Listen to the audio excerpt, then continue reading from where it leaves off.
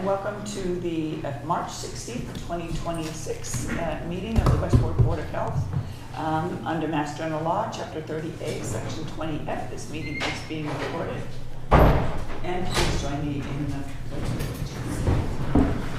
I pledge allegiance to the flag of the United States of America and to the republic for which it stands, one nation, under God, indivisible, with liberty and justice for all. Okay, Linda's ready to go. She has a presentation on is your child's personality changing, what to look for. This sounds really interesting. So, how about it? Okay, let's go. So limited to children? No, there's a reason for these things, and I have gone to the school to do a little research. When children act out more than occasionally with frequent tantrums, outbursts, or defiance, first step is dealing with the problem behavior and finding out what's behind the behavior. ADHD kids have trouble paying attention. They do not want to do what they're told. Learning disorders, they hide their struggles. Sensory processing problems, extreme confusion, behavior when their senses are overwhelmed, meltdowns, fight or flight, trauma, neglect. They can be quick to act out when they get upset and have trouble calming down. Red flags to watch out for. Behavioral changes are considered concerning if they are drama, persistent, lasting more than 2 to 3 weeks, and interfere with their daily functions. Withdrawal and isolation, losing interest in favorite hobbies or pulling away from close friends and family. Intense emotional shifts, frequent meltdowns, explosive anger, or extreme irritability that seems disproportionate to the situation. Physical routine changes, significant disruptions in sleep patterns, too much or too little, changes in appetite, or frequent unexplained headaches and stomach aches. Academic decline, a sudden drop in grades, lack of focus, or school avoidance. Behavioral regressions, returning to habits they have outgrown, such as bedwetting or excessive cleanliness. Sudden changes that can also be linked to hidden illnesses, conclusions, or even brain tumors. Mental health disorders, emerging anxiety or depression often appears as irritability rather than sadness in children. Support, not stigma. How to respond. Open communication. Start a conversation during a calm moment. Listen without judgment and validate their feelings.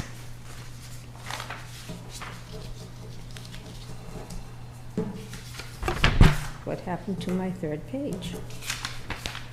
So I had gone to the school to talk to the counselors, and they have a new program which they tried to get the peers of the school to come and help these kids. It's not putting the work onto them.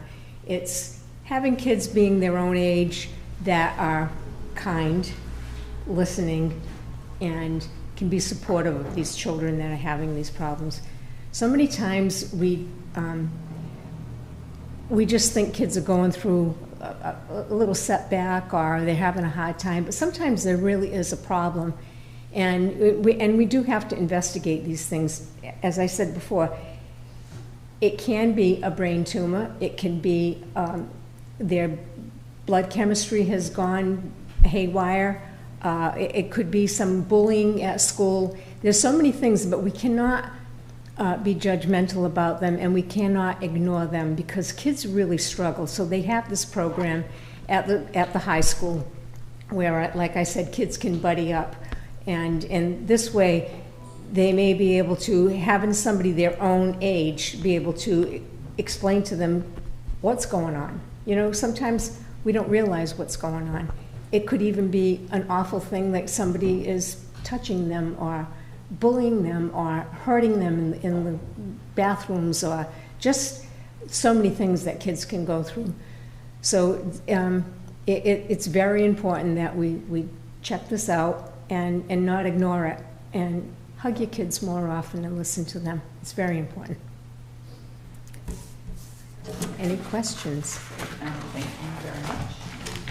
Yeah, thank you, Linda. The name of the group that they have just started. That was on my third page, and I think it's still on my That's okay. desk. The name of it's the kids, the group that they're going to be in is called the Hope Squad. Yeah. And it's a new program where they're going to be teaching these kids how to help each other, how to assess other kids who might be in trouble. They're the ones who are really seeing some of the behaviors that we don't see. Right. So it's a new program. I was invited to meet with them and parents, the kids and the parents, at some point, I believe, this month.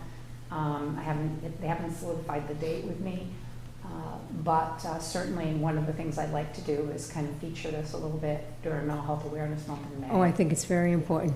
Thank you for addressing it, because I think many times people just assume that it's just a phase. It's a phase that they're going through. Yeah. But many times there are some mental health issues that are underlying that are causing the behavioral changes. And one of them is depression. And I don't think people really acknowledge depression in children and also anxiety, a lot of anxiety. A lot of kids are going through a lot of anxiety, and there's a lot of things that they absorb anxiety from their parents and their families. Of course. And our society. So I think acknowledging that and not blaming the kid for bad behavior, but there's something underlying that's propelling this. That's right. That's right. Well, thank you for listening. Thank you very much for your presentation. Okay.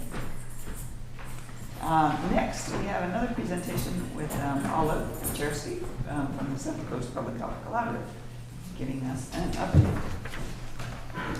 Hi, everyone. Okay, so I'm here with this is a report of some of the things that the PHE grant group, South Coast Public Health Collaborative, has accomplished in FY26 so far. So that's since July 1st. All right, so, sorry, Linda. That's okay. So I've been working on a lot of harm reduction stuff still, per usual. I created harm reduction fact sheets for the whole group that are available on our website for anybody to print off. We've ordered 48 boxes of Narcan in anticipation of the federal funding ending, which it did, unfortunately. We were able to install a Nalox box here in the Town Hall Annex in the hallway. You can see that outside. Remind folks what the Nalox is. Oh yes, so a Nalox box is a plastic clear box on the wall that contains Narcan and instructions for how to use it, and anyone is welcome to take the Narcan out of there whether they're having an overdose emergency or not. We assisted the Westport Planning Department with their emergency preparedness event. It was called MVP 2.0, and it was really successful. We purchased and delivered items for the Freetown health fair for elderly folks, I want to say. I don't know what the right way to say it. Seniors. Thank you so much. The senior health fair in September, and that was also a success. They had Zumba, they had therapy animals, they had people cooking healthy meals, so it was great. They had a good turnout for that. I created materials for Marion for their emergency preparedness presentation and for tick education. We've updated the Westport permit application and complaint forms so that now they work with electronic editing software, which is big. The biggest news, I would say, is that we've hired 2 new shared services health specialists, Ardens and Ethan. They've completed their Train Massachusetts required training on Train Mass, except for Tier 1 food, which requires a government email. So we're still trying to find a workaround for that while they don't have a government email. No, that's just because they're not Westport hirees yet. Yeah. They're still hired through the staffing agency. So once they become, when Westport employees, they'll get government emails. Mm-hmm. Sorry. No, that's okay. Thank you. They both have attended the MIHA Title V seminar, and coming up they have CPO training. So they're going to be CPO certified as of the 25th. And then the day after that, they have a ServSafe training. They've been shadowing people in most of the other communities. So they've done food, housing, perks, and they've been shadowing Kevin in Freetown, Shaylin in most of the communities, Ed in Lakeville, and Gabby in Marion, and then shadowing Joe and Matt here in Westport.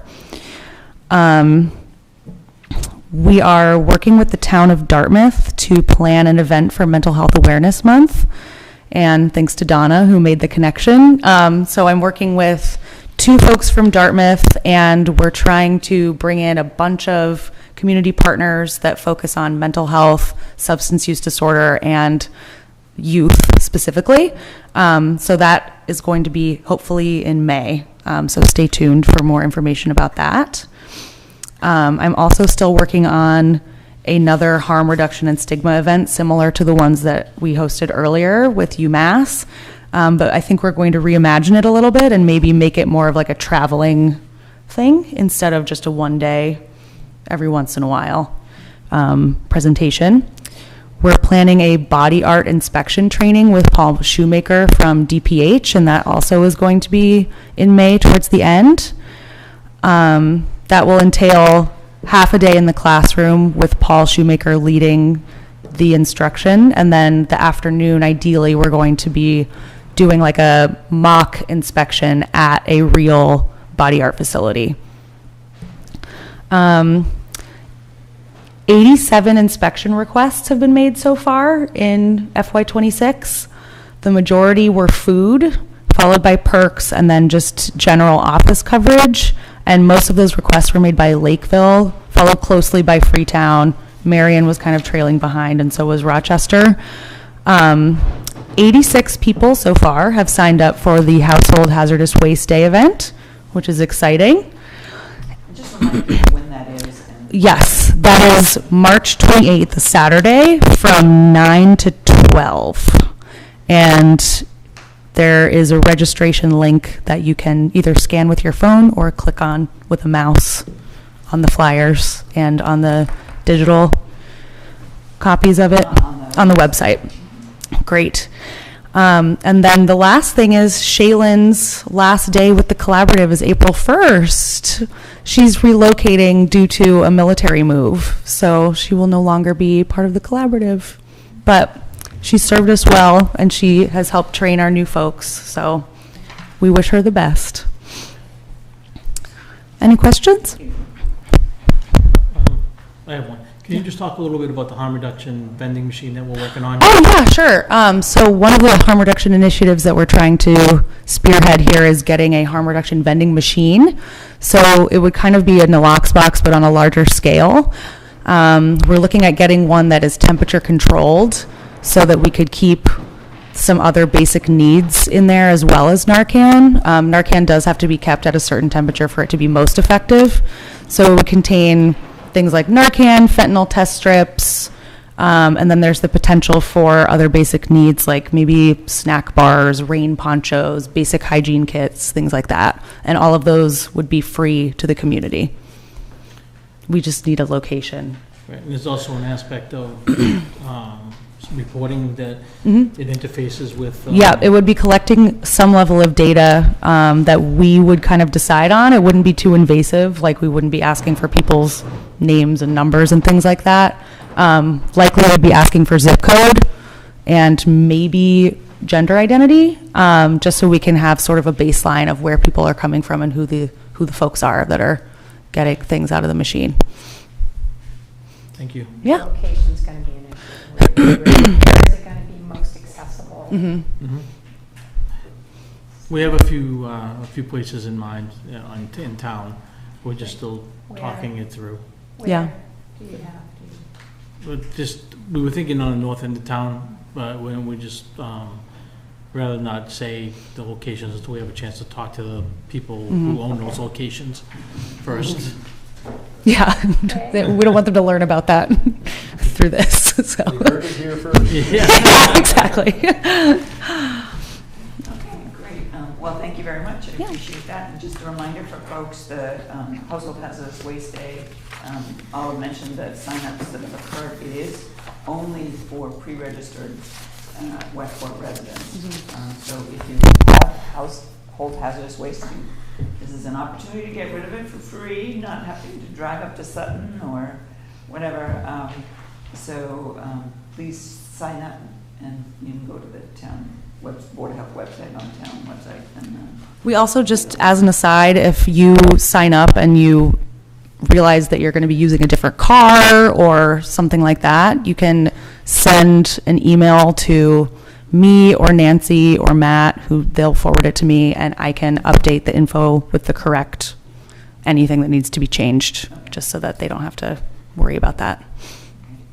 Thank you. Thank you. Thank you.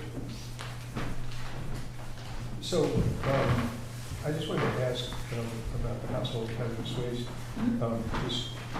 because I signed up, but then I didn't know if you wanted me to do anything for the event, and then, so just. Hands on deck would be great. Okay. And I signed up too, and, we'll work around when you can. Yeah. No, I just thought Talk that about maybe more if that. there was, if there were more requests than available slots, then I would just Drop out. withdraw mine and just Right. come in under, I'm gonna be working there, thinking I would just do it, so. Okay. Well, we'll, So if you cross that bridge, Yeah, I we'll- just wanted to let you know that I signed up. why don't we pick this up afterwards, because I want to get Yeah, through the, Sure. as much as we can before our first appointment's at 4:20 today, so we're going to start earlier than usual. Matt, why don't we just go quickly to your Sure. written updates?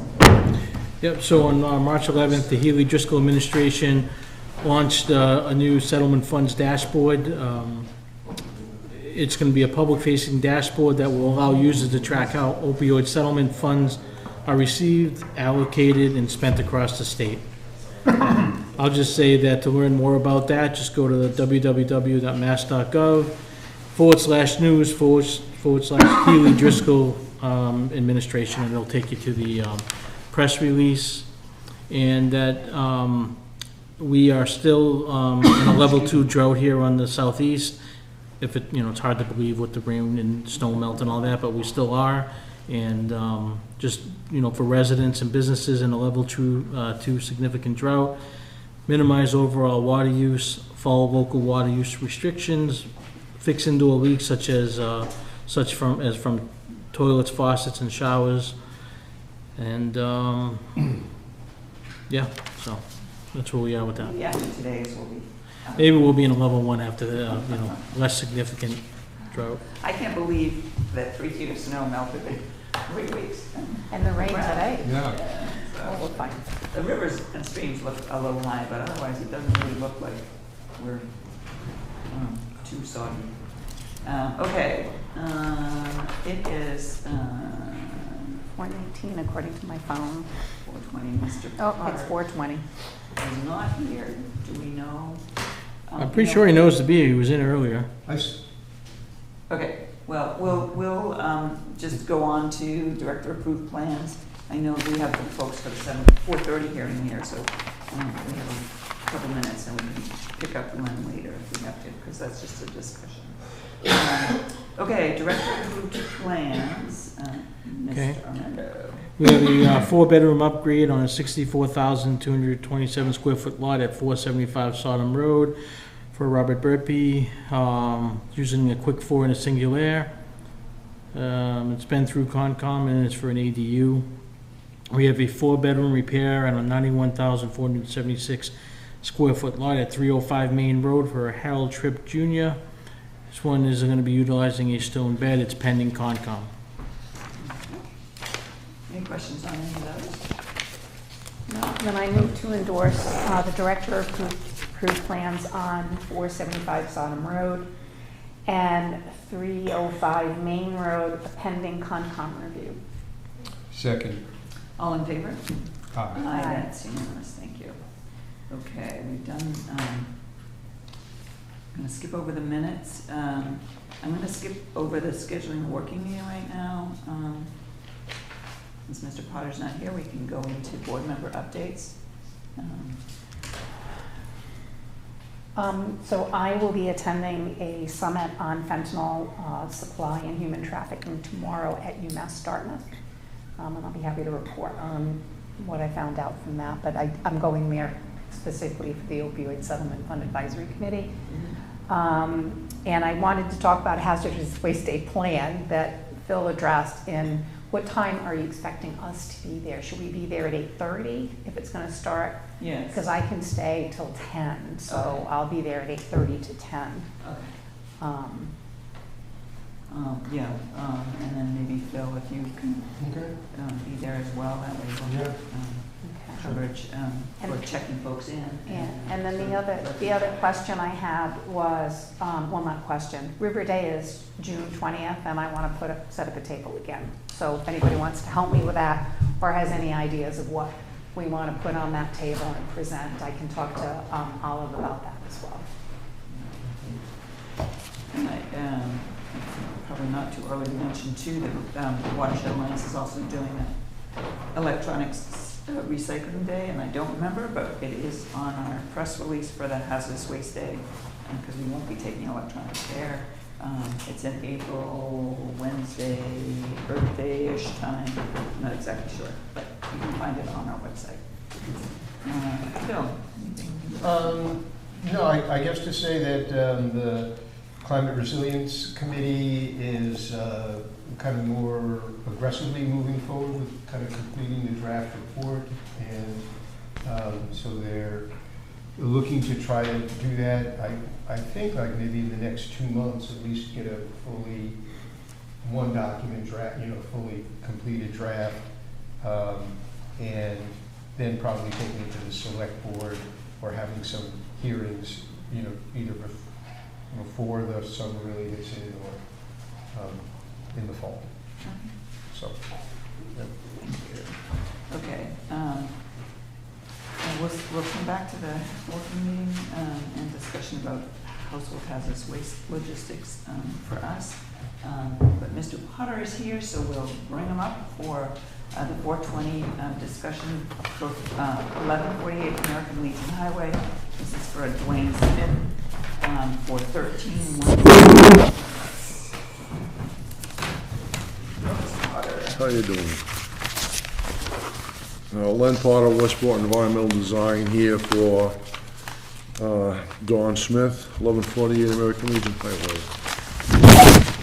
This is the old motel at the corner of Ford Road and 177.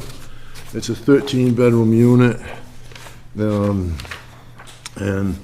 it's sitting on 42,000 square feet of property, 42,689.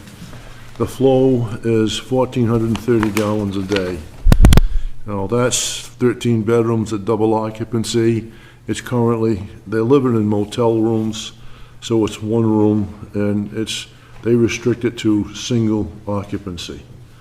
So technically that cuts the flow in half, but we still have to design 2 bedrooms, 1,430 gallons.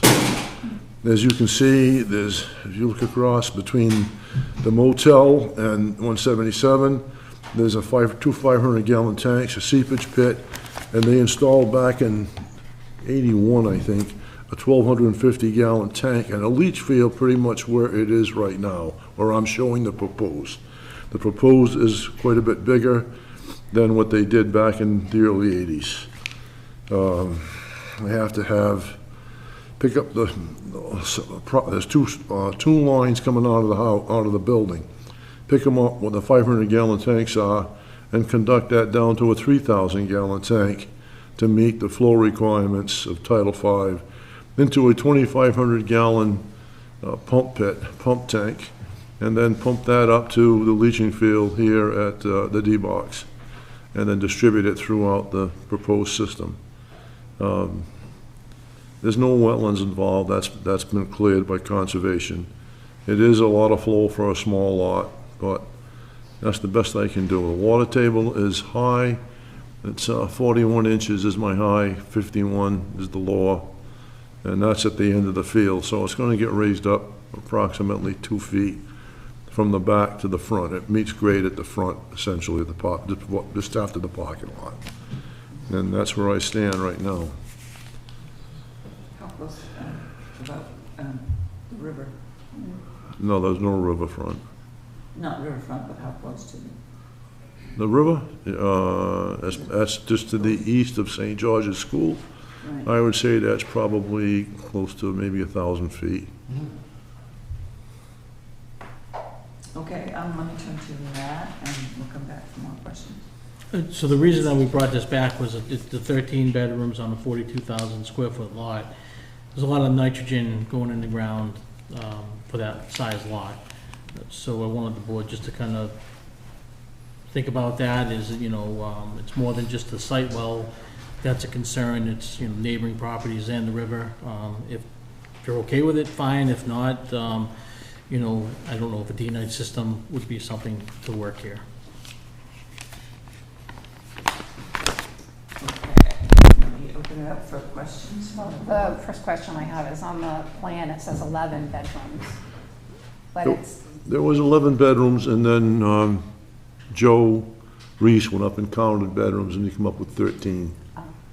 I didn't cross the 11 out, but if you look up in the upper right-hand corner of the plan, you'll see it says 13 bedrooms. Okay, But again, they're single occupancy, not doubles.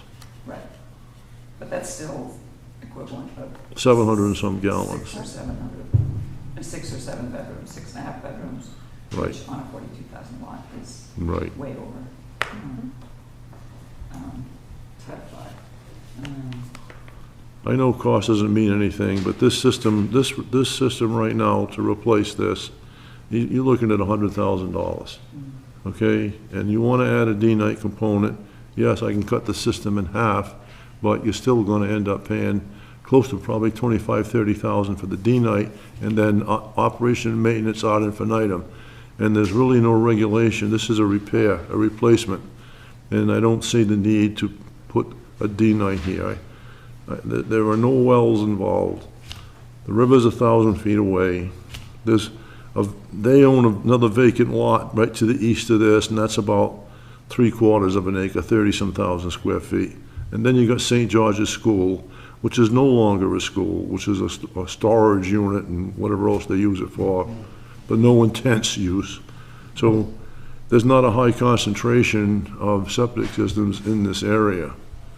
There's enough land that will meet the requirements of Title V, not by acreage, but there's a lot of land around this thing. Nokachoke Village has a D-night system. The lot right behind it, it looks like 3 buildings right there. There's houses right along, that's Union Avenue. Where are the wells for those properties? That property, it's got 3 buildings on it. The well on the next property is 150 Forge Road, is shown on the plan. That's up near Forge Road. Okay, got it. But is that the one that's on Union? No, there's another lot, the Union lots are behind that property, Oh, okay, so this lot that's right behind the the motel. motel is Forge Road?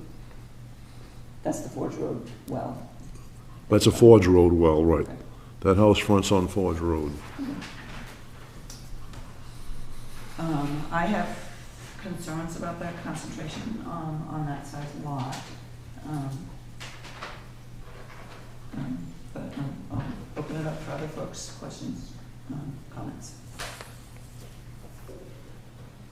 Defer to you. I'd be interested to hear from you, Phil, since we don't get a chance to talk outside the meetings. I said I'd be interested to hear what you have to say, being that we cannot talk outside of the meeting. I'd like to hear your input Oh, we can't talk outside of the meeting? about stuff related to the Board of Health. Oh. Well,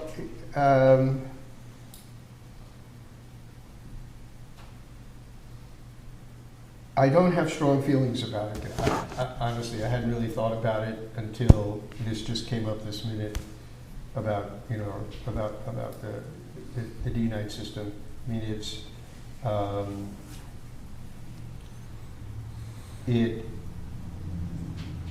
it doesn't, so here's a little bit of not confusing part of it, but it didn't really go through a maximum feasible compliance analysis based on the disparity between the flow and the acreage, right?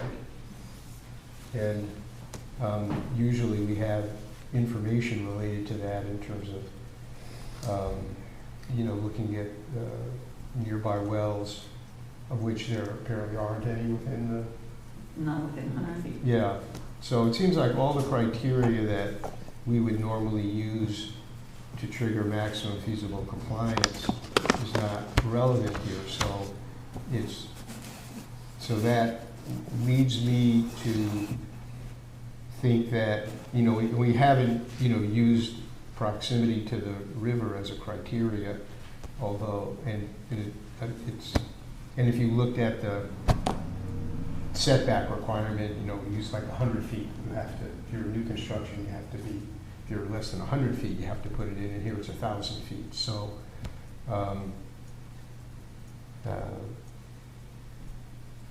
so I don't think it just makes us, on the processes that we use, I just don't think there's a strong case for it.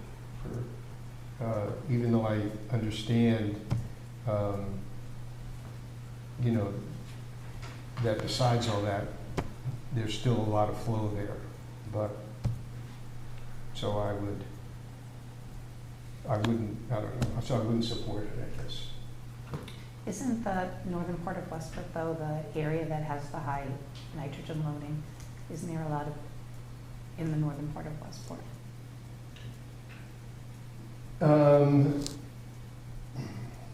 Well, I have looked at the data recently, and if you compared sub-watersheds, up and down the East Branch, the sub-watersheds that are close, to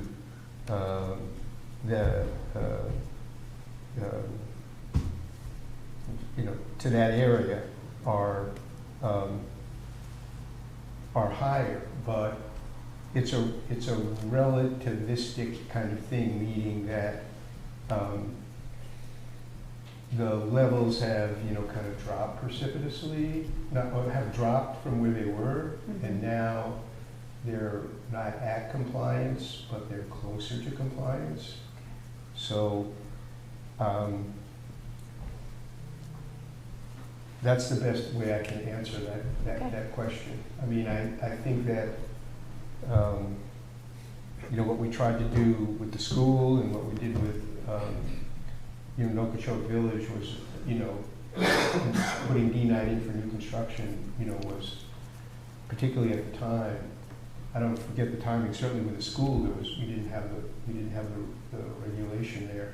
I'm not sure if for Nokochoke we did or not, but and so that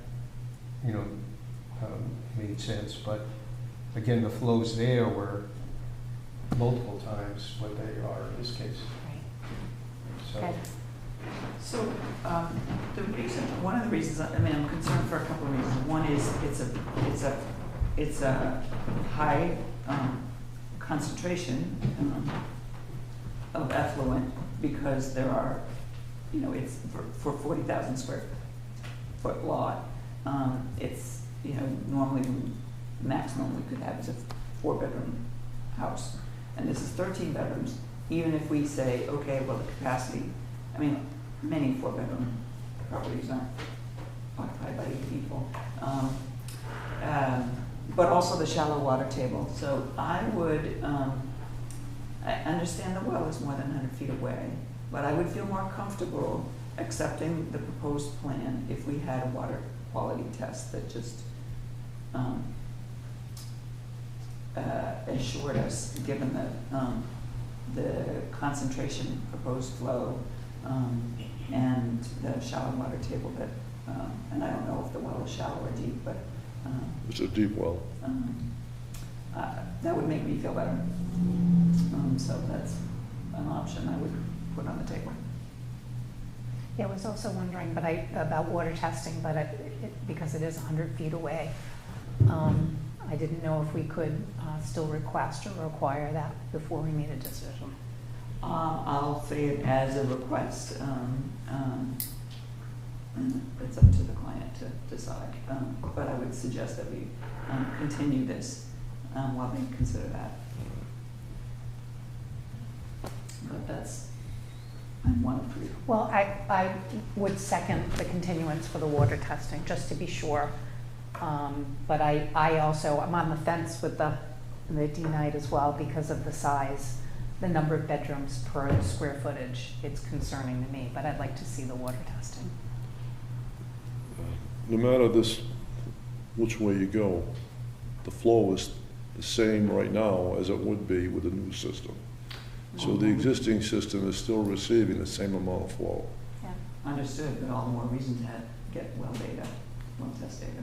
The existing system is in the water table. I was there in March of '24, and I trying to get a perk test, and I accidentally hit the last trench, and you could see the water was into the stone. So if there's no problem now, we don't know that, but I don't know of any problem in the area. But I'll talk to my client, I'm sure he'll do it. Well, then I would accept the motion to continue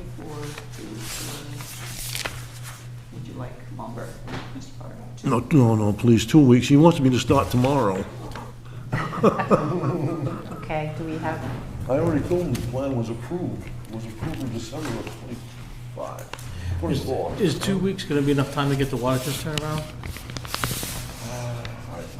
I don't know what they're running. Well, what do you want for the water, just the standard test? Looking for nitrates, and now looking for the VOCs. No, just standard The potability. standard, that should be able to get. If it's not, we'll just have to carry it on, that's all. We can just open. Fine. We Yeah. can suggest the 420 again, just to allow, make sure that. All set? And just trying to, so we're back on the 30th? So, yeah, we have, want to do 420 again? Yeah. Okay. okay, so I move that we continue to March 30th at 4:20. Very good, thank you. All in favor? Okay, I'm going to call the 4:30 hearing for 127D Petty Lane, owned by James and Sonia Weldon, represented by Mark Rodricks. This is a 2-bedroom repair with a stone bed and a Fuji system on a 6,983 square foot lot.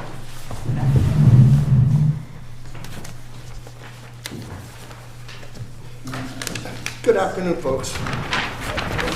Mark Rodricks, Analysis and Design Engineering. I'm here representing James and Sandra Weldon, 127D Petty Lane. This here is Mr. Weldon. He is the owner of the property and the soon-to-be proud owner of an upgraded system replacing a cesspool. This is a tough area, as you probably all quite well know. So my plan today was I briefly was going to review the design of the system, and then we had a plethora of abutters within 100 feet, and Mr. Weldon has been working with the abutters, with Nancy, with certified letters, etc. So I was going to allow Mr. Weldon to kind of update the board on where we're at with all of that. Yeah, we did see some of the correspondence in our packet. Okay, great, great. Diligent. So we can get, yes. And I welcome the assistance, his trying to be neighborly and get to meet his neighbors on a situation like this. Westport. So as described, the lot is 6,893 square feet. It is very tiny. There's an existing 2-bedroom dwelling that's on the property. It is currently facilitated by a cesspool. The plan is to eliminate the cesspool and to replace that with a conventional stone and pipe leaching field, providing pre-treatment in advance is provided by a Fuji CEN5 to provide maximum nitrogen reduction for the system. That system is approved for provisional use, and the Fuji folks are trying to work their way towards getting a general use approval with the collecting of the data, which is what we're doing here. I've had several of the applications here in Westport for the CEN versions, often used with a bottomless sand filter, but in this case, The clients wish to not be above ground at all, so we have a traditional stone and pipe field. So I am applying the remedial use, the standard conditions for systems subject to remedial use in the application of the design, maintaining the 4-foot separation for the stone and pipe field from the groundwater table, given the proximity of the wells, though I do apply the appropriate size reduction in the effective leaching area of the field to accommodate the lot that we have here. We're very close. Other than the 6 wells that are abutting the system within 100 feet, they're listed on the plan by the property information map lot and setbacks. The other variance or waiver that we're looking for is to the south property line. The objective was to maintain the 10-foot of separation between the leaching system and the property line to the south, but we are able to achieve 7. I've got a small retaining wall to provide the setback for breakout and also to maintain the fidelity of the abutting property to the south. Those 2 are one of the abutters that has a system within 100 feet as shown in the schedule on the plan. And I think I'll defer at this point to any questions you have of myself or Mr. Weldon. Okay, thank you. I'll turn next to Matt. So I didn't see any issues here, you know, it's a small lot, Mark did what he could do to get a system man in. The Fuji Clean is I hear good things about it. They use it a lot over in Rhode Island, so it shouldn't matter if there's a lot of waters with wells less than 100 feet.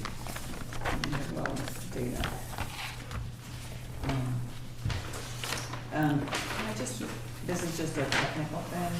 You had mentioned that Fuji's trying to get general approval, but you're using the remedial Yes, use approval. right, in accordance with the provisional use approval that it currently has. Generally, after you move from provisional use, you collect the requisite number of system data and the monitoring, et cetera, and then generally what you do is you can therefore petition the DEP to get general use approval, which would allow its use above and beyond that of remedial applications, which the provisional use allows right now. Okay. Oh, okay, so the provisional, okay. Got it. And it is confusing. Sometimes they have approval for secondary or for remedial, and the provisional is just for the general use, so. Yes. Okay. Yes, the provisional, and it is a little confusing, so I agree with you, but that provisional use talks about getting system for repairs to monitor versus for new construction. Interesting, okay, all right. Well, that was just one little tweaky thing. Yes, it is. Okay, let me open it up for board members. So can you remind me, Matt, about the,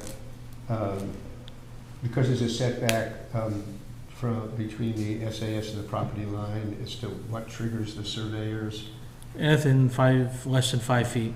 Oh, okay, less than 5, okay. That's correct. So 7, okay. Thank you. Okay, that's my, And then, I know we have, I didn't see.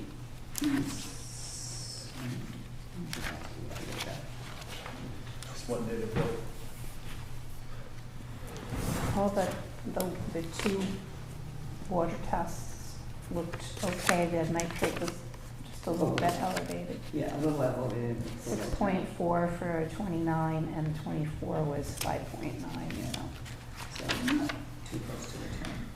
but he's doing a good system to. Yeah. Yep. I don't have any further questions. Does the, it has been approved by Concom. okay. It's going to be a deed restriction.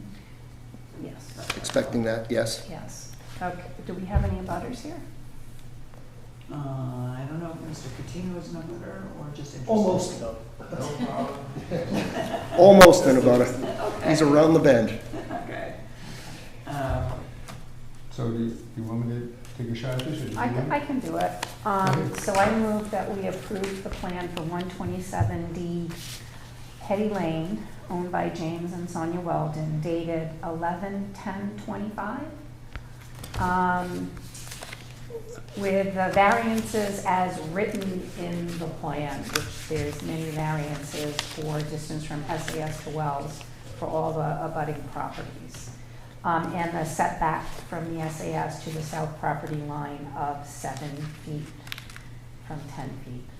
The following conditions: hold harmless agreement, 3-bedroom deed restriction, 2-bedroom deed restriction, 3-year water testing for all the properties involved. And obviously, compliance with the IA requirements. Absolutely. And compliance with IA. And this is not new construction, so it doesn't need the total nitrogen test.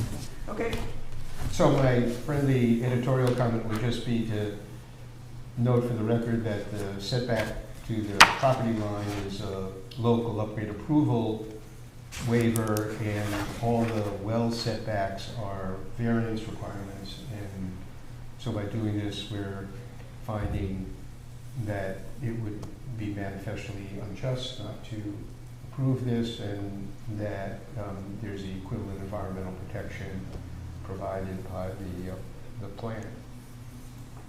Okay, so noted, thank you. so would you like to second the motion? Second. Motion made and seconded. Any further discussion? Seeing none, all in favor? Aye. That's unanimous. So I've got one administrative question, if you will, not generally relating. With the dialogue that Mr. Weldon has been having with the abutters about getting baseline tests done and testing, does that mean that we're still going to be working towards collecting water samples for those abutting wells going on in the future? Well, it's 3 years of water testing Yes. required going forward. Yes, but this, For this approval. I mean, there's nothing more you can do. That's right, and we're Okay. moving from a cesspool Right. to a really good system. so, good. So their well will be continued to be monitored over 3 years, but not the abutter wells? Well, The abutter the wells. abutter wells, I think for the ones you couldn't get for this meeting, Yes. we don't have to try to keep So there's getting. no baseline requirement? No base, if we can't get them, we can't get them. Yep. But I don't know if they're just seasonal people and that's why you couldn't get them. But if they come back during this, I'll follow. okay. But yeah, going forward, we're gonna need all of them to be included in the 3 years of water testing. On the second letter that we sent out, I just said if they care to participate, so they know it's voluntary on their part, if they would like to participate. It is not voluntary. For the 3 Base. years going forward. no. No, but for the baseline right now. That's what I wanted to make sure I wanted to understand it myself so I can advise Mr. Weldon accordingly. And we'll, Very much. yes, the groundwater tables are elevated right now, if you were wondering. Drought? I saw that, drought. Yeah. Get your spade How out. old is the data? Come on. Thank you so much. Especially after this rain that we just had today. I think they're gonna be elevated for a little bit. Yep, I think that Joe says. A lot of sieves. Yes. Thank you, Mr. Rudd. Thank you, as always, appreciate it. Okay, we are turning next to the 440 hearing for 29 Oak Avenue. This is a 3-bedroom here with a Presby and a microfab. George representing. Good afternoon, Mr. Abreu. Good afternoon, everyone.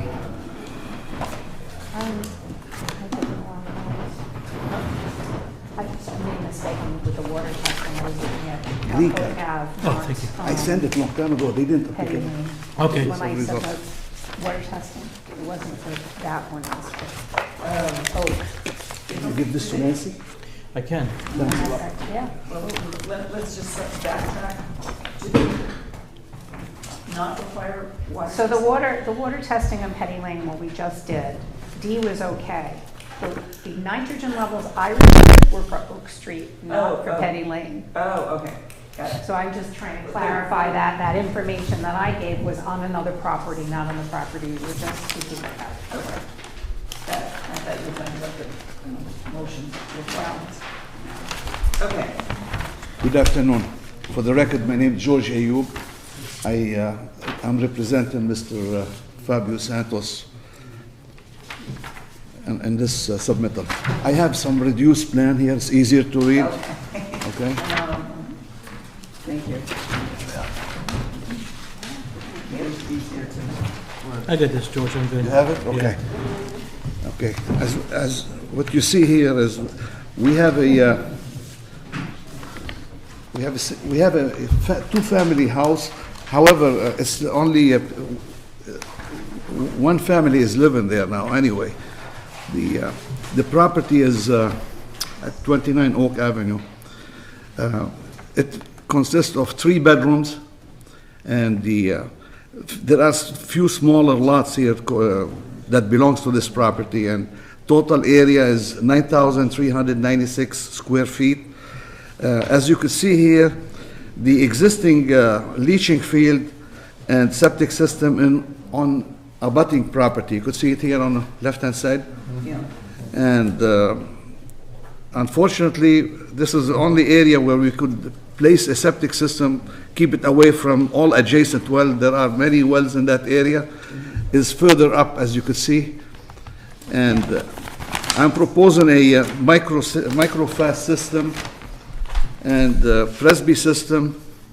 We're not asking, the only variances here is from the subject well. Now, currently, the well and the septic system, the existing septic system, are 50 feet apart roughly.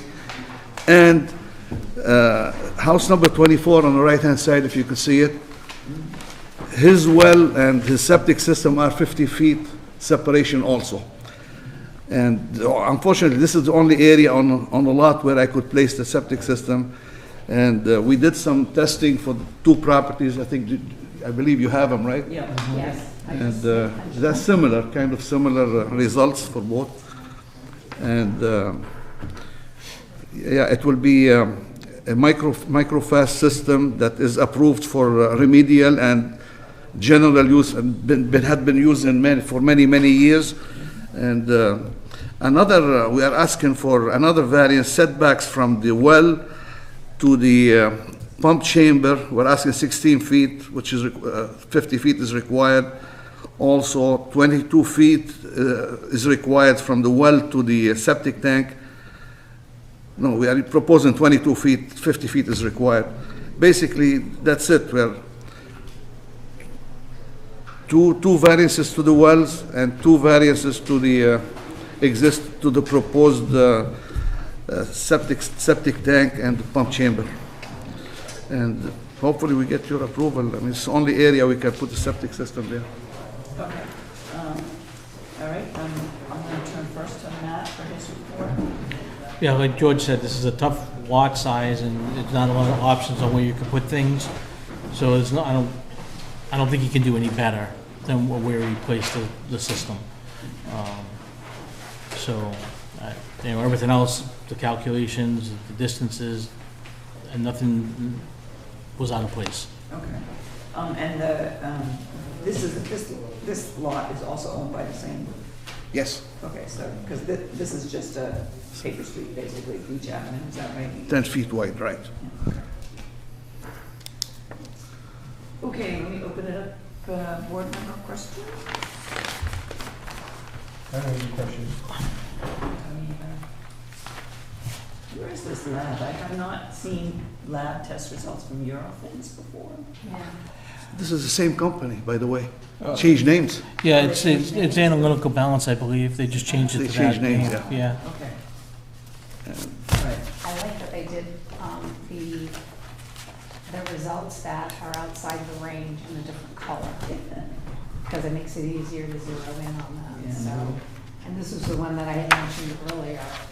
I made an error so that the Oak Street, the nitrogen is just a little above on the 29 and 24 Oak Street, above 5. Okay.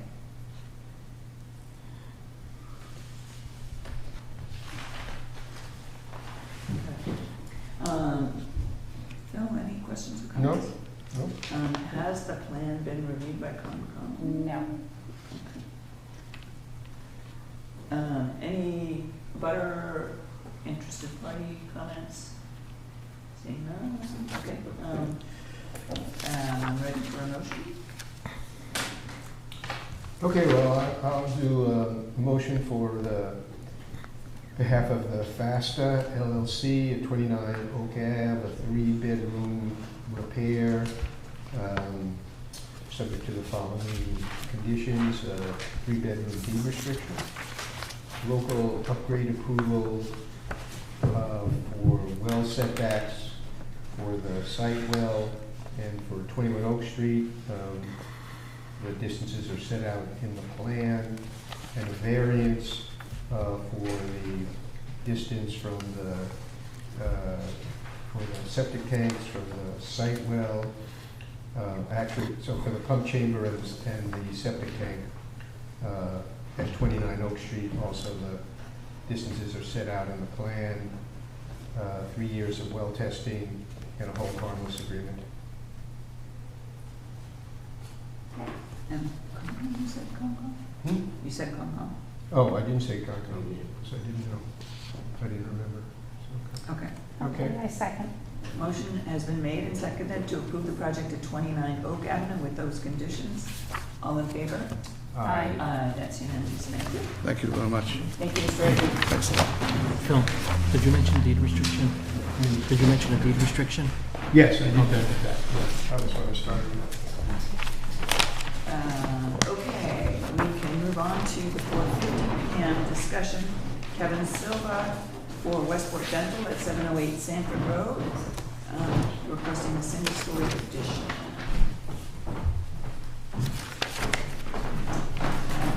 Good afternoon. Mr. Silva.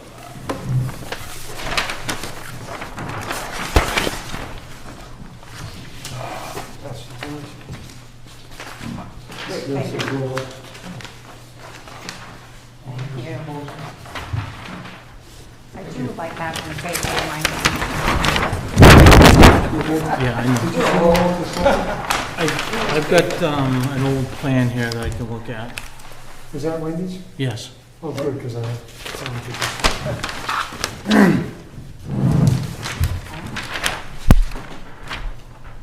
All set. For the record, my name's Kevin Silva, S&K Engineering. I'm here with the client, Westport Dental, Dr. Sedgwick.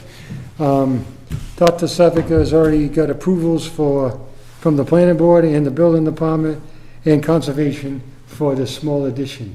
His goal was to relocate the dental chairs from upstairs, all on the first floor, to keep an even flow on the first floor, to expand and update all his office area on the first floor, and just get some new technology in there, takes up a little more space, and make it a little more user-friendly for him, his office, and his clients. And then he's converting the second floor, which is where the office chairs are, to an area for employees, staff to go up and have a break room and a little more of a conference area for when he has a meeting with all his office staff and what have you. I know we presented this to Matt, and he had some questions and wanted us in front of the board just to discuss, because it is currently on a tight tank. He bought this with a tight tank. It's been on a tight tank, and he plans on upgrading this system. It's just the weather is terrible right now, and he just wants to get going with the addition for now, and is going to address this towards the summer. He's not increasing the flow in the property. Per Title V, the regulation lays it out that it's 200 gallons per day per dentist. Dentist or per chair? Per dentist. Per dentist, okay. So he has two dentists there, technically, and he bought it the same way. So he just wants to maintain that. And me, when I was laying out what you see in front of you is a bottomless sand filter example of what we plan on doing. We plan on keeping the tight tank that's shown there. I don't know if you can see the tight tank. Yes. In the future, we want to keep the tight tank for any harsh chemical sinks that may be involved in the dental practice, which is less than it was years ago.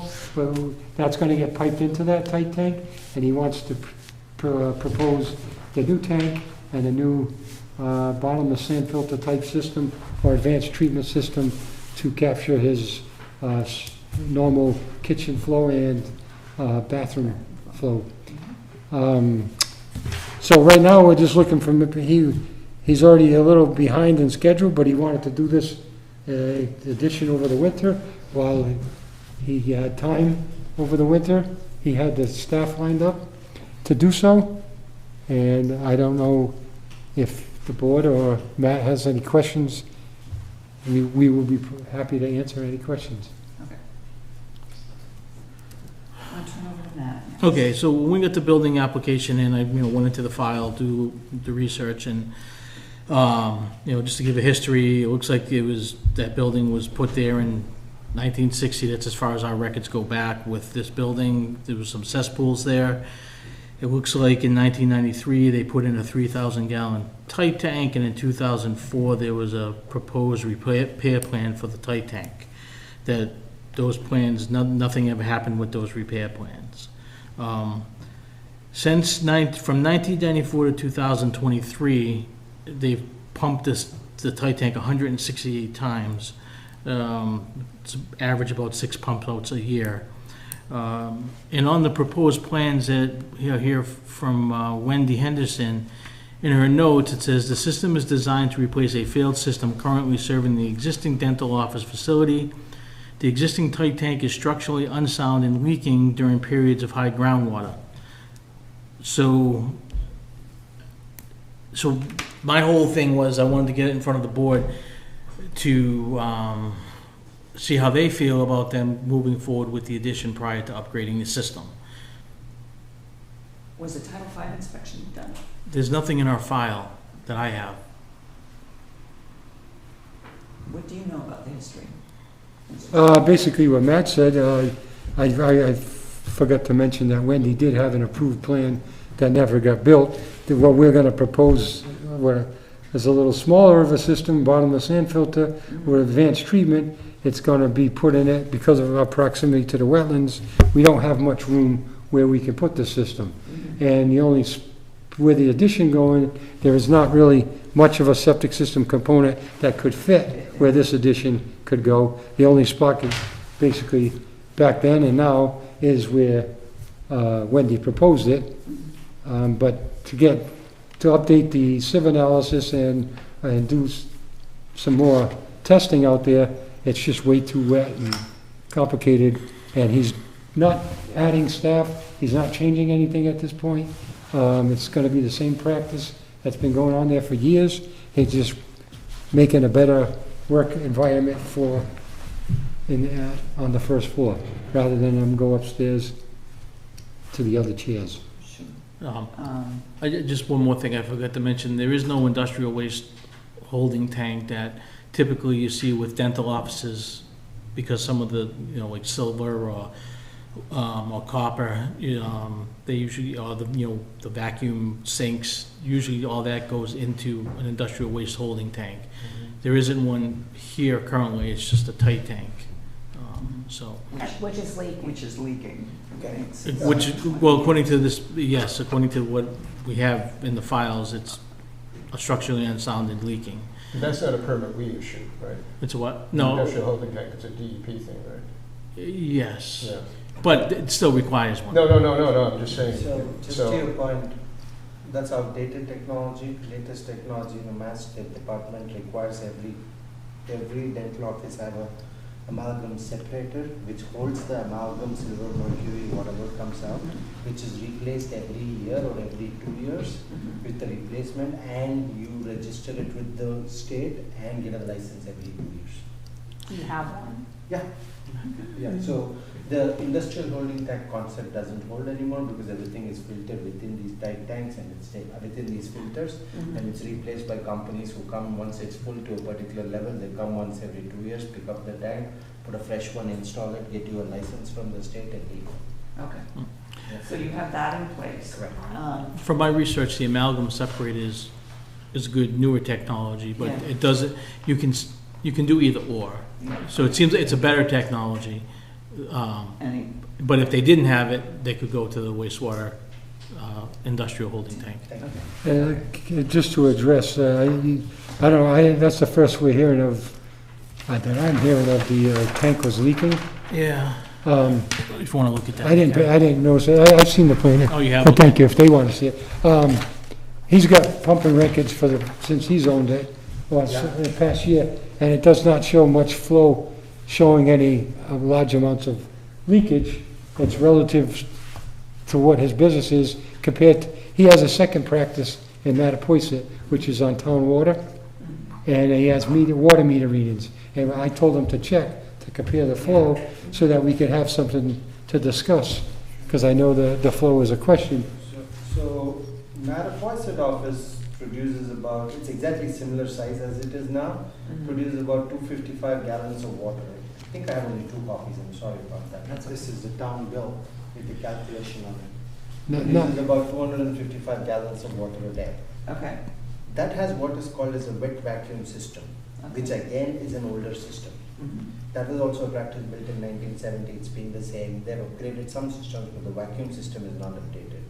Westport office has what is called as a dry vacuum system. Okay. Basically, the suction pump which operates and suctions all the water, saliva, whatever is coming out of the chairs, when it goes into a dry vacuum system, it doesn't have water circulating inside it. It's just air pressure which is pulling everything out. So there is no water flow at all. Okay. Only at the end of the day, it runs on about 2 gallons of water to clean out the whole system. So if I compare the wet vacuum system we have in Mattapoisett to the dry vacuum system we have in Westport, the water flow is exactly less than half. We have only about 100 gallons of water coming out, and this is the pumping records I have from the tank, which is given by that. I can get a full copy from him, but that's what he could get me right away. So that's about 100 gallons a day, or less than that. I also have from my main dental supplier, who's one of the biggest dental suppliers, who design all the dental offices and equipment, showing with the addition and extension how much water flow we are going to have in that. Their estimation, including for 56 patients a day, 2 doctors, includes all the lavatories, includes all the kitchen, includes all the water, is about 96 gallons a day. So we're going to put in, we already have a dry vacuum system, we're putting a brand new one as well. Yeah. I have the specifications for those products which has been ordered and approved for placing in the office, just in case you need. So the flow you're saying is going to stay about the 100 gallons? Exactly, it's about 100 gallons. So the title file, like Kevin mentioned, ma'am, is like about 200 gallons per dentist. We are having less than 100 gallons of flow even for 2 dentists in the practice. Because of just the technology we are using to take the water out. We still need to follow Title V, Correct. whatever the for that type of use, the design, and Correct. Mr. Selva knows. So, so it's helpful to know that. But Well, based on Title V, he's not adding flow here. I know you're not supposed to add technically, was it addition you said? So no, adding flow is not a question here. It's not a question We're at not all adding, right. about adding flow. Yeah. It's just a question of that our records show that there's a failed system with an unstructurally sound tank that's leaking. And my question to the board is, do we want, he's looking to get his building application approved so we can move forward, but I wanted the board to kind of, we would need a real clear plan, timeline plan for when the plan comes in, and some sort of, I'm sorry to say, this is not a reflection on you. The Board of Health has been burned in the past. People promise, and we, that we don't have the resources to go chasing after people. Say, fair enough. So I would be interested in hearing a proposal for how to assure that this gets done, either something in escrow or a lien or some way to say we have some. Well, technically, he's not changing his flow. So technically, as far as Title V flow, it's not. The question that comes about, I believe, is the tight tank. The flow issue is when we're going to do the new Title V septic system. When we design the new system, then there's a question of how much flow do we design it by. Right now, he's not changing his staff, he's not changing his dentist, and by having 2 dentists on staff, even 1 dentist on staff, he's still gonna be the same practice. It's whether he can just start the construction and renovation of this without, with the, still on a tight tank.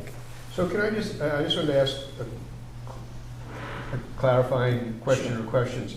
So is the tank going to be decommissioned once the new system is set up, because all the flow is going to be handled by this system? Or is it your intention to,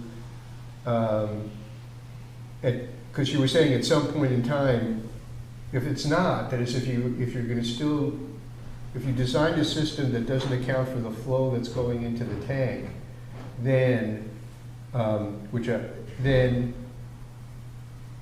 are you going to design a separate independent system in here, or are you building your new system with enough capacity to handle the flow once, for whatever reason, this tank was put there, because Title V doesn't allow tanks in this situation, you know? Right, So however it happened, it happened. We have on the record that there's a problem with it. You know, you could, if your intention was to, you want to read first one? But if your intention was to build a separate system here to handle this flow, I guess then one solution would be submit a plan as to what you're going to do. And but I think all the board members are just concerned is going ahead with your proposed new system, but not coming up with a solution if this is going to continue to flow. Or if you just said, well, maybe you need to redesign the system to handle the flow, and have a 2-tank system that is going in here. Well, I don't know what the answer is, but I think it's not going to be acceptable to just say we'll get to this In tank sometime. 2014, when the property was sold to me, that I was know. all about it. Well- There was a Title V inspection and approved and given. There is no mention of a leaking tank. So you have a Title V inspection for Everything was 2014. correct. That's when I bought the practice and the office and the real estate together. For the bank to approve my loan to Okay. buy everything, there was Do no we- way we they don't- did not. Here's do the it. file, or Okay, the can files you provide upstairs. a Title V inspection? You don't have I it in think I there. can, because there's no way I would have got that big a sum of money without them, Bank of America coming in, taking a lien on the property without a Title V or an environmental clearance. It's impossible. And I think I do have that at home. I have to go dig into the records. And at that point, there was no mention of any leakage. Secondly, the loan got refinanced 3 months back by US Bank for a bigger amount of the property valuation because we are renovating. I think they did a Title V recently again because they wouldn't approve a loan without anything done there. Well, Title V inspections normally have to be supplied to the Board of Health, so something went wrong So, here if you I have don't two know. that we don't have. Yeah, I'm quite sure. I don't know about the present one. I have to check with US Bank, but I'm very sure in 2014, because there was not a refinance but a sale of the whole property, I don't think any bank would have approved, or I think my appraisers wouldn't have approved going ahead without the Title V being done on the property. That's my thinking. If I'm wrong in any way, then I may be, but I don't think so. The bank will provide me a loan. And I want, I Yes. provide the paper, and Yeah. then we can.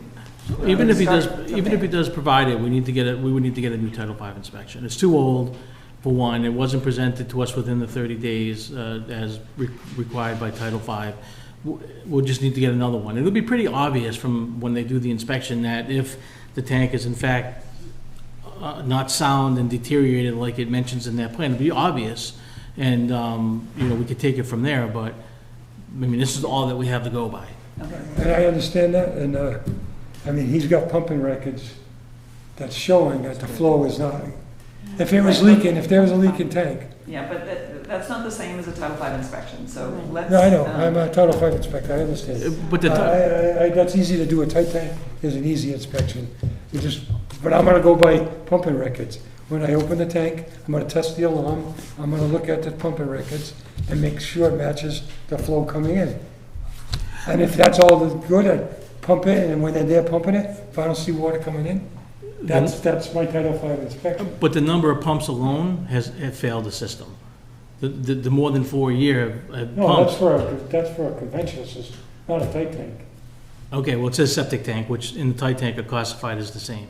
There's no leaching area with this. I know, but it's just saying that the tank's been pumped 168 times since up until 2024.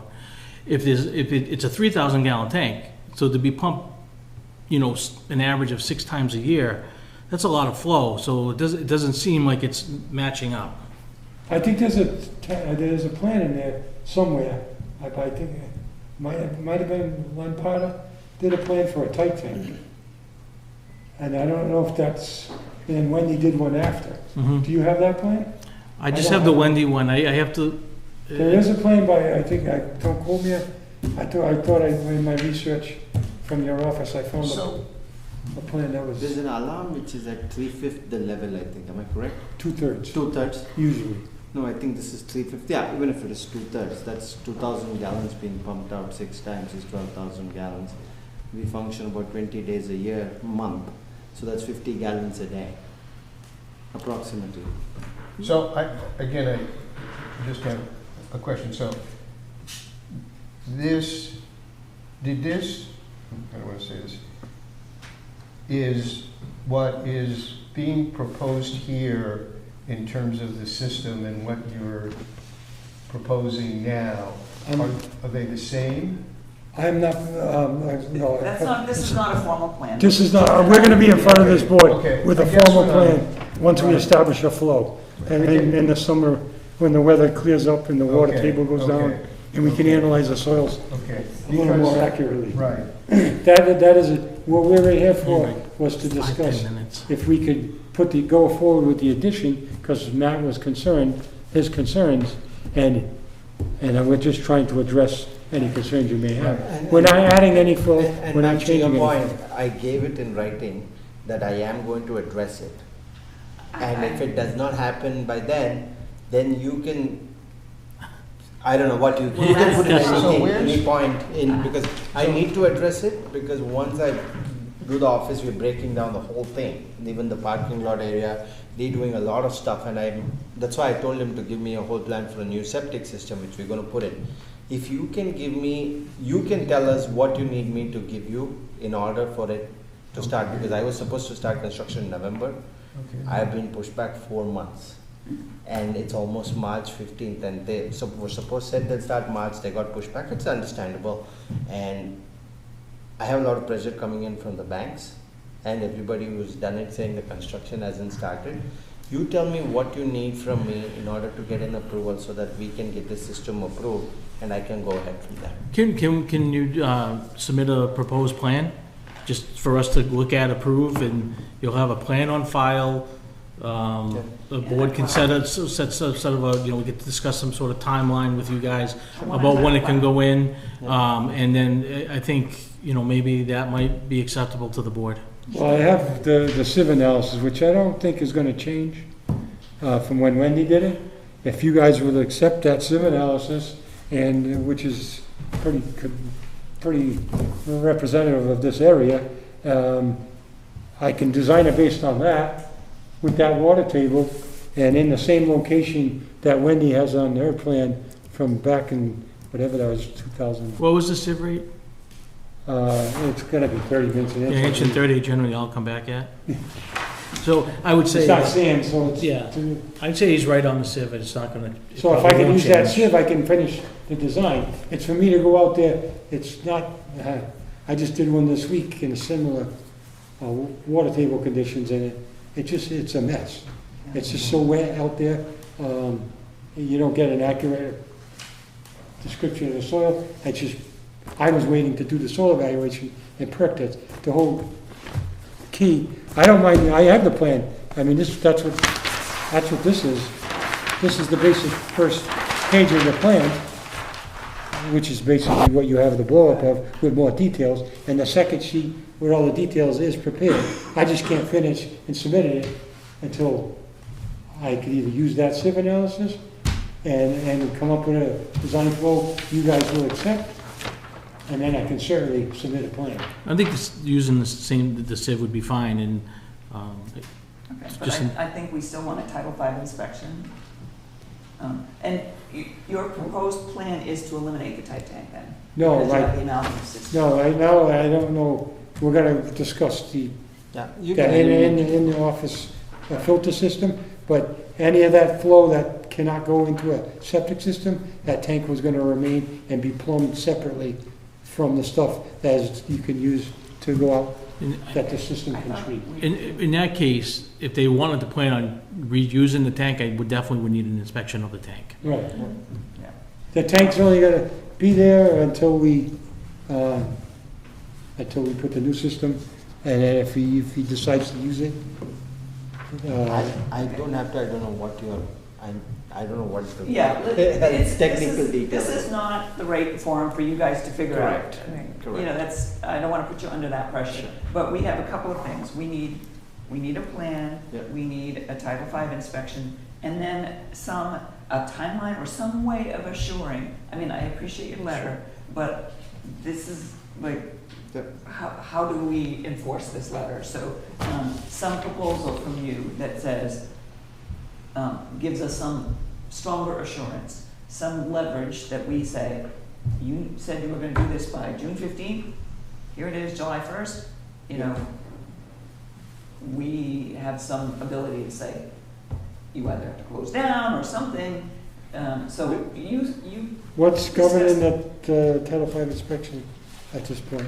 I'm sorry, What are you governing the Title V inspection at this point? why? Yeah. Because based on the information we have in our file, it is a failed system. The Yeah, I tank- think, well, you might wanna check that if you can, if when you have a chance. What's the I'll only try thing to that I find- have? What is it? That's the only thing that I have. That's the newest thing I have in the file from this proposed Yeah, plan. that was to, I think that says there's a tight tank there. Yes. So, if you're planning on abandoning the tank and pulling it out, then it's not necessary to do a Title V inspection on the tank. Okay. But if you wanna keep the tank and you wanna possibly reuse it down the road, I think we're definitely gonna need an inspection of the tank, just to kinda Makes sense. clear up the discrepancy. That makes sense, but to do a Title V inspection, for his purpose of starting construction, I just didn't know what the reasoning is for that at this point. In Can order we to start- start construction, we need I understand that you're. It's a weird very situation, anxious, yeah. But we need some more solid basis for saying, yeah, you can proceed with construction because we know you have a plan, you have a timeline, and we have some assurance that it's gonna happen. Because you can do the renovations. Sure. And then la-di-da, so we don't want that. That's not gonna happen, And I'm not- but I understand it. I understand where you're coming from perfectly. You tell us what assurance you want. I don't know how this works, so I would rather have you tell me what assurance you want because you probably, ma'am, have done a few of these before. So, Matt, can you You're tell me? learning from being burned in other cases. That's right, we do learn. So, I mean, ideally, you would come back. So one pathway, right, you would come back and said, we've done the Title V inspection for the tank, and we have information that would convince Matt that the tank is not failed. So that's one scenario, okay? Then you do the Title V, inspection, and it turns out, yes, it is failed. And then the question which I was asking before is, because I'm thinking about what your plan is going to be either A, we're going to divert the flow that went into the tank into your new system, and you've designed it for the sufficient capacity. Okay. Or you're going to build an independent system to handle that flow. And so I'm just concerned that you would come in with a plan now without that it does not include the flow that's currently going to the tank until you've convinced Matt or us that the tank is no longer, is not failed. And because And so the sequence could be, okay, I'm gonna submit this plan now, and it's gonna be accompanied by another plan that's gonna describe how you're gonna deal with this flow. I think, and as far as I don't know as far as the time goes, I mean, everybody's got 3 years, right? I mean, 2 years, so you have 2 years from when you submit a plan to implement it. So if you submitted 2 plans and said, I'm gonna do Plan A and Plan B, and they're both gonna be done within 2 years, okay, I mean, I think Title V would say, that's okay. You just submitted a combined plan, and you're sequencing what the flow is, but. This was only a conceptual plan at this I point. know, yeah. So this is not, this is to show you what he plans on doing in the future for the septic system. And Yeah. if the interior system is enough to satisfy state and the local Board of Health, then we will design the septic to handle all the flow. If it's not, then we can discuss the flow at that point. Right now, this discussion was to clear up to see if he could start his renovation and the addition, so that he could get it in this time frame. So he'll have that all done, then he can work on the septic after the weather Work on breaks. the tank, The what? work on this, okay, well, The tank is not changing, the flow's not changing. I know the it's not a plumbing's- flow, but it's a failed system. I mean, I don't know maybe how I'm it's not, failed. maybe we're like talking like this. I'm No, saying, I don't ask us completely to get come what in you're and saying. approve a system that's based on flow where you haven't addressed the flow that we think now is going into a failed system. That's all I'm saying. Matt, can I have Okay, a that's- paperwork that's showing the it's failed? basic- that's the Do you have basic some thing. paperwork showing it's failed? Because it doesn't make Because sense I for us to have approve no a clue plan. about this at all. You can have this copy. That doesn't. I had zero clue that the system had failed. Zero. From the last 11 years I've been using it, Okay. Yeah. I had Well, zero clue it was a failed system. And if you have documentation of your prior Title V inspections, Sure. something to counteract. Yeah, absolutely. where And then, We don't have enough information now to feel comfortable. So 2004, this was showing it's failed, correct? So if you flip it over, look at the notes, At the top. It's at right the very of the top, no, note. fold it back, see the notes? Right at the top.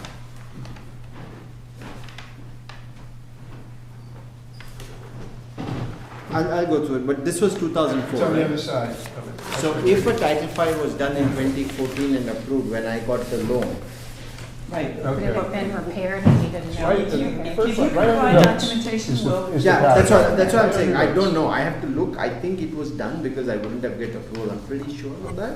So if if I have got the Title V 2014 and I can produce that, if I have it, because this was from 2004, but 2014 there was a Title V done to approve it. Yeah, well, and Mr. Silva can do a current Title V inspection, which is what we would need anyway, Okay. so. This- um,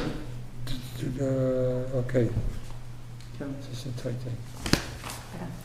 You can You have. want- But you can read it right at the top of the notes. If I can use that, if you're comfortable with that, and I can go with that, now we just need to, Title V flow says 200 gallons per day per dentist.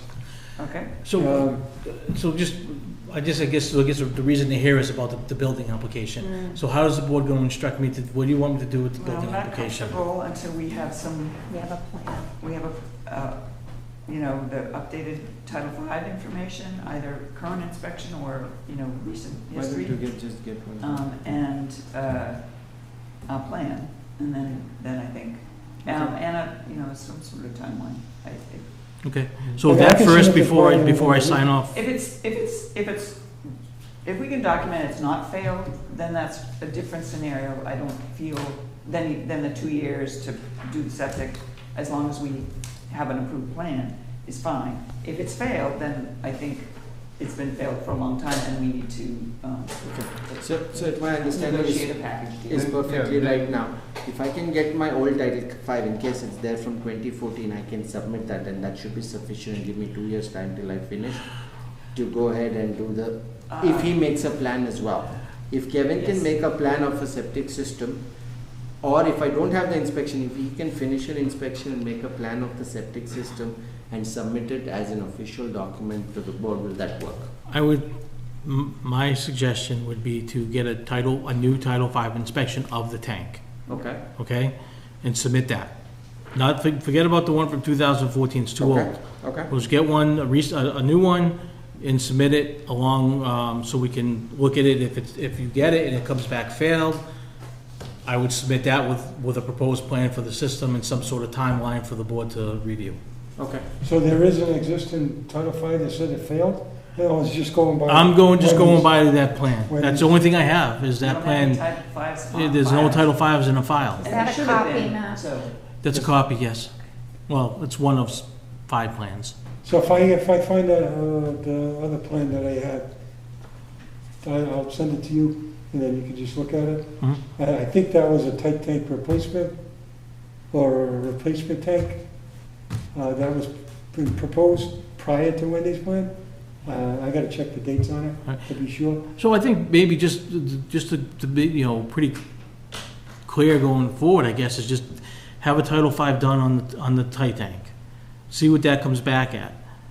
If you get it back and it's failed, then draw up some proposed plans on the new system and submit those along with if it's a failed Title V.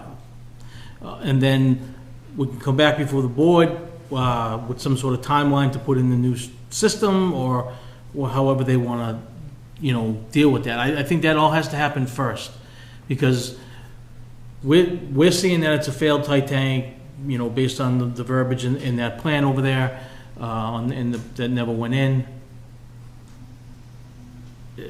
It's just, It's too, there are too many unanswered questions. Okay, so I'll get those things done. How long will it take for the board to convene again and be doing that? We meet every 2 weeks, so the next meeting is the Because the 30th. proposed, I'll be honest, it's a $3.2 million loan. And the proposed addition for the bank was April 13th was the start date. It was initially February 15th.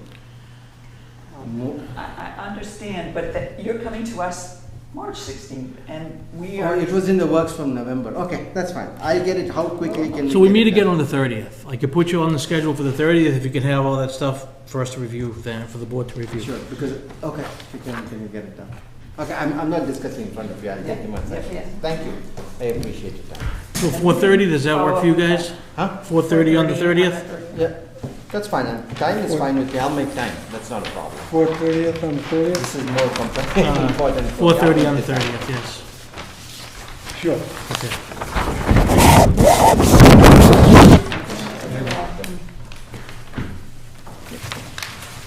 Thank you. Thank you. Thank you, guys. Thanks, Kevin.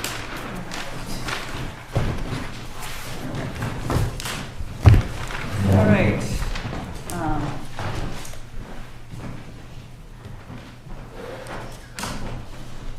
We have to schedule what we need. Yes, I forgot to take notes on that. Oh, no, that's different. Two agendas here. It's kind of I have to step out. Yeah, yeah. I apologize. Go, go, go. Okay. We'll be making it time.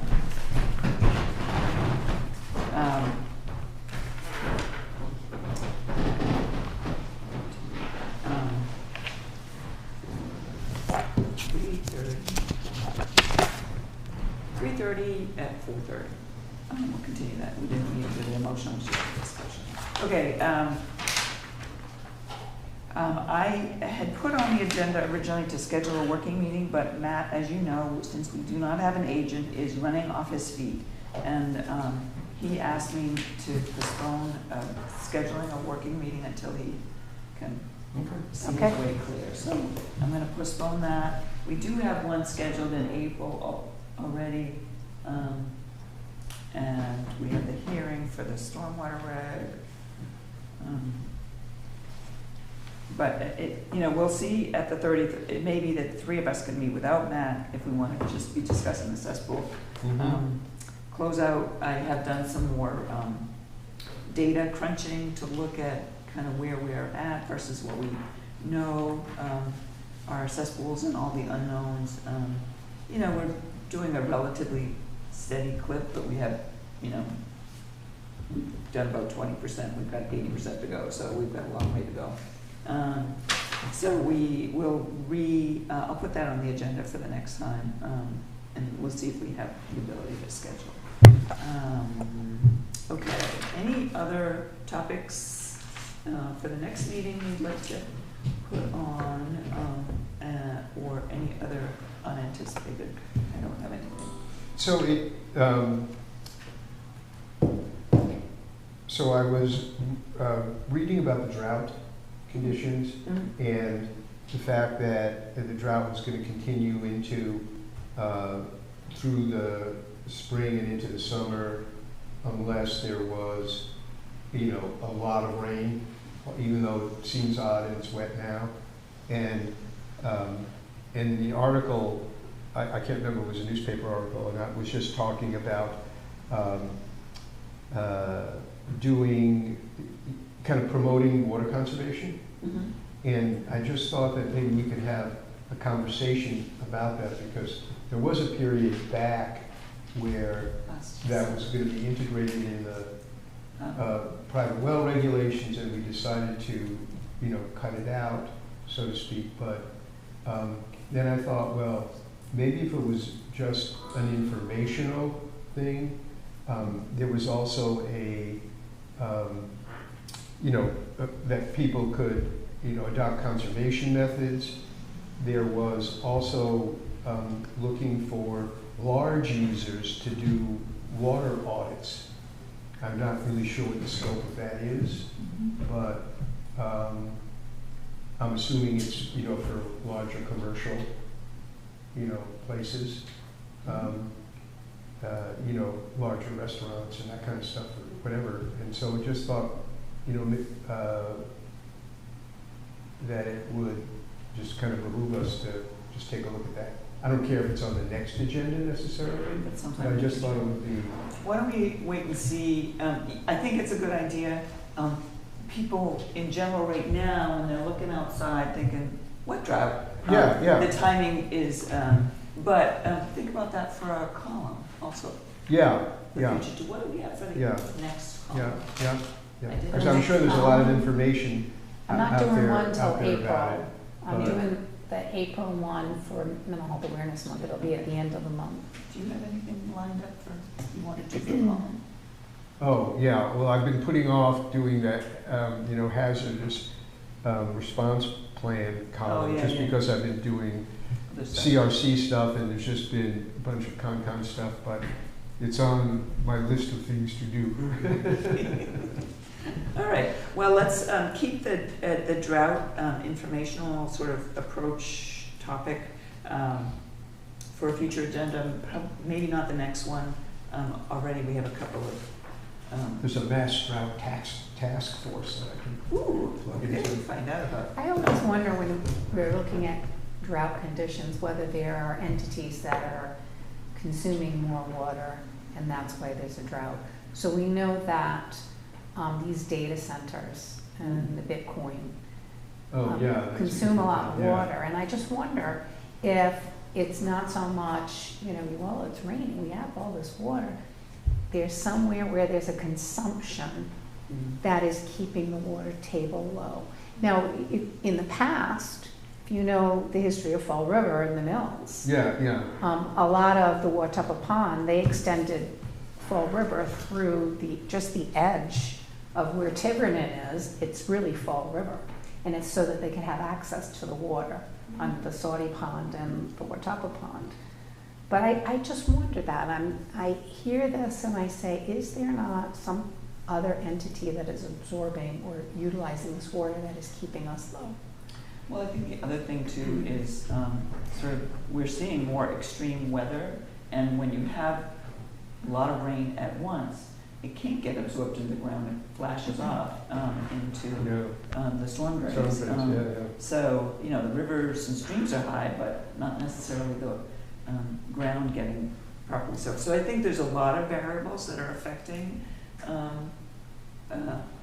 potential drought conditions, and it's worthy of a sort of more extended discussion. Just educate ourselves about it and see if there's something we want to do. Yeah. Okay. Alrighty. And you'll report next time on the fence. Because there were some wells that ran dry last summer. Yeah. that Matt got called on. Yep, yep. I mean, got It called. got pretty dry. I mean, that, I think everybody knew it was pretty dry. Right now, it's hard to say, oh, we're in level 2 drought. Yeah. Okay, Okay. anything else? That's it. Otherwise, Liz, you're- Mr. Catino. Yeah. you're here. Yes, I mean, he's been sitting here Thank you so for your patience. patiently. Yes. I had not intended to ask this, but I heard on the previous presentation with the dentist that it's a minor issue perhaps, but they reported the previous boards that they had dealt with and so forth. There were 3 boards. And just so that we have as complete and correct records as we should, I just want to add, they also came before the zoning board. They had to do that because they are not in a commercial district. And so we had to, on the zoning board, we had to find that their proposed addition for the, what they presented to you, the same thing, by the way, would not be substantially more detrimental to the neighborhood. And we did find that on the zoning board. So you might want to just add that in, so if somebody's looking at your records, they can say, oh, they also did this.